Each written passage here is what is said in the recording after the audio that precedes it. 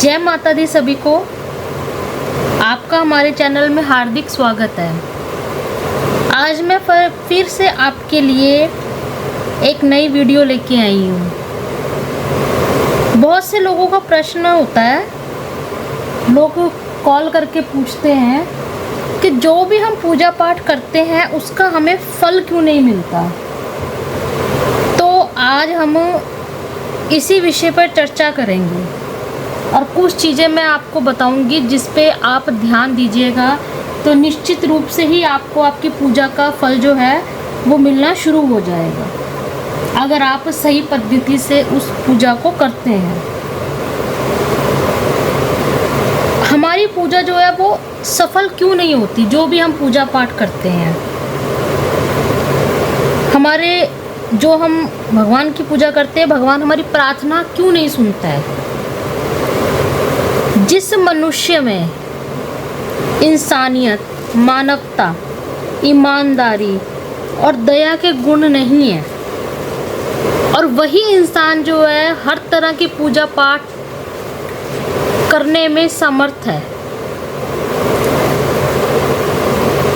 या करवाता है वो किसी के माध्यम से, तो वह उसकी पूजा जो है वो बेकार हो जाती है। जो इंसान नौकरों पर, पशुओं पर, उनको नौकरों को पशुओं के समान मानता हो, पशुओं पर अत्याचार करता हो, उसको कभी भी सुख की प्राप्ति नहीं हो सकती। पूजा निष्फल होने के कुछ और भी कारण हैं कि यदि विधि विधान से पूजा ना की जाए तो भी इसका फल नहीं मिलता। जैसे कि मान लो आप यदि बैंक में पैसा जमा करवाने जाते हैं तो हम अपने ही अकाउंट का नंबर लिखते हैं, क्योंकि ये तो सभी जानते हैं कि यदि गलत अकाउंट में जमा हो गया तो वह पैसा वापस निकालने में दिक्कत आएगी। हम दूसरों के खाते में क्यों जमा करें, क्योंकि जब भी निकालने के लिए जाएंगे तो हमारे खाते में पैसा ही नहीं निकलेगा। ठीक इसी प्रकार से हमारे वेद पुराणों में महर्षियों द्वारा निर्देशित पूजा पाठ के विधान से यदि पूजा होती है तो ही वो फायदा देगी, तो ही वो फलदायी होगी। पूजा में वस्तुओं, मंत्रों का उच्चारण का प्रमुख स्थान होता है। हमारी पूजा जो होती है, प्रार्थना काम नहीं करती, क्योंकि भगवान केवल वेद की भाषा को जानता है, पुराणों की भाषा को जानता है जो संस्कृत में होती है। हमारे जो भी ऋषि मुनि हुए हैं संस्कृत भाषा का ही प्रयोग करते थे। वो जितने भी धार्मिक ग्रंथ हैं वह संस्कृत में ही हैं, लेकिन आज की जो पीढ़ी है वो संस्कृत ही भूलती जा रही है। ईश्वर की भाषा वेद है। परमात्मा को संस्कृत बहुत प्रिय है। यदि आप पूजा का पूरा फल चाहते हैं तो पूजा संस्कृत में ही करावें, विद्वान ब्राह्मण से कराएं, जिसे सब पूजा पद्धति की जानकारी हो, जिसे अच्छी संस्कृत आती हो, या फिर वो खुद स्वयं संस्कृत सीखकर आप खुद भी अगर आप कर सकते हैं तो आप पूजा करें, निश्चित ही आपको फल प्राप्त होने लगेगा। भगवान के पैर धुलाना, अर्घ देना, आचमन करना और स्नान कराना, ये सभी अलग अलग प्रकार का होता है,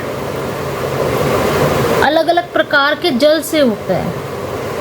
परंतु हम लोग क्या करते हैं, एक ही पात्र के जल से सभी कार्य कर देते हैं, इसलिए भी पूजा का फल जो है वो नहीं मिलता है। भगवान को वस्त्र जो होते हैं वो अर्पित किए जाते हैं, तो मंत्र तो पंडित पूरा बोलता है, पर हम 1 फुट का कलावा तोड़कर भगवान पर चढ़ा देते हैं। क्या आप 1 फुट के कलावे से अपना शरीर ढक लोगे नहीं या नहीं? इसका उत्तर आप स्वयं ही जानते हैं। तो भगवान को पूरा कपड़ा चढ़ाएं, ना कि एक कलावे से। पूजन में भगवान नैवेद्य के रूप में पेड़ा, बर्फी या जो भी प्रसाद चढ़ाया जाता है वह भी हम रख देते हैं, फिर उठाकर बांट देते हैं, जबकि देवताओं को अग्नि मुख से भोजन दिया जाता है, भविष्य के माध्यम से। उन्हें मात्र सुगंध और धुआं ही चाहिए।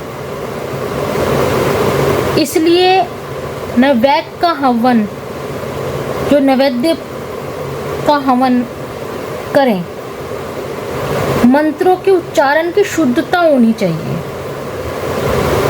अगर मंत्र अशुद्ध पढ़ा जा रहा है तो वो सबसे बड़ी गलती है, पूजा का फल ना मिलना। इसलिए सही व्यक्ति से ही पूजा पाठ कराएं। आपके घर में सभी भगवान, देवी देवता, गुरुओं के चित्र, मूर्तियों को एक साथ नहीं कभी भी रखना चाहिए। और सभी ऐसा ही करते हैं, अपने मंदिर में सबको एक जगह ही विराजमान कर देते हैं। इससे भी पूजा का फल जो है वो नहीं मिलता। गुरुओं के लिए अलग पूजा व्यवस्था होनी चाहिए और भगवान के लिए अलग, दोनों के लिए ही अलग अलग दीपक लगाना चाहिए। पूजा का स्थान जो है वो अलग अलग होना चाहिए, अन्यथा आपको पूजा का फल जो है वो नहीं मिलेगा। जो देवी देवता जिस मुखी होते हैं उसे उसी ओर उनका मुख रखना चाहिए। जैसे कि श्री हनुमान जी हैं, वो दक्षिण मुखी हैं, और माता काली हैं, वो भी दक्षिण मुखी हैं। जो गुरु होते हैं आपके, उनका मुख जो है वो पूर्व मुखी होना चाहिए। माँ दुर्गा है, उनका भी पूर्व मुखी मुख होना चाहिए। शिव जी को उत्तर मुखी रखना चाहिए। इसी प्रकार से सभी देवी देवता की अलग अलग दिशाएं हैं।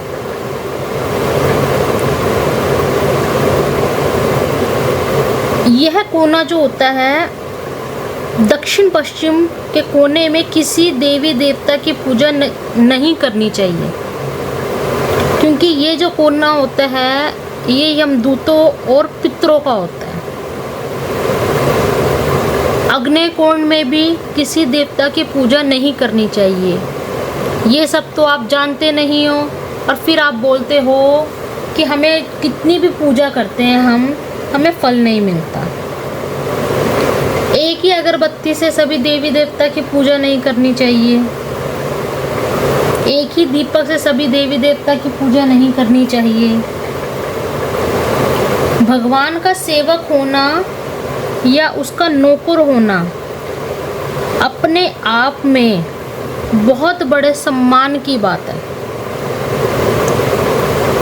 कहने का मतलब सिर्फ इतना है, अर्थ इतना ही है कि अगर उसने मुझे अपना सेवक चुना है तो वह मुझे अनमोल समझता है। आज इसी विषय पे चर्चा की, क्योंकि आप कॉल करके पूछते हो कि हम तो बहुत पूजा पाठ करते हैं, हमें फल नहीं मिलता है। इसलिए आज मैंने कुछ चीज़ों के बारे में आपको बताया जो पूजा के समय आप गलतियां करते हो। इन गलतियों को आप सही कीजिए और भगवान से क्षमा मांगिए, और जैसा बताया जाए वैसा ही कीजिए, तो निश्चय ही आपको आपकी पूजा का फल मिलेगा। आज के लिए बस इतना ही। आगे फिर किसी अच्छे विषय पर आपको जानकारी दी जाएगी, जिस पर आप प्रश्न करते हो, या आप कमेंट बॉक्स में भी लिखकर जानकारी ले सकते हैं कि आप आगे किस विषय पे जानना चाहोगे। आज के लिए बस इतना ही। जय माता दी सभी को।